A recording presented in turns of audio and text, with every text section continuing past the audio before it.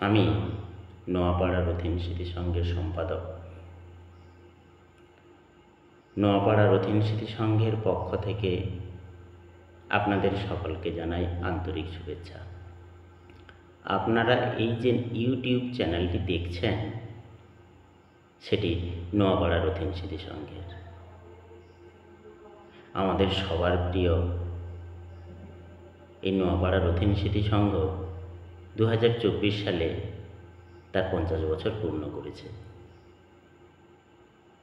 নোয়াপাড়া রথিন স্মৃতি সংঘ সারা বছর ধরে জনকল্যাণমূলক বিভিন্ন পরিষেবা ও বিভিন্ন প্রোগ্রামের মধ্য দিয়ে সময় অতিবাহিত করে।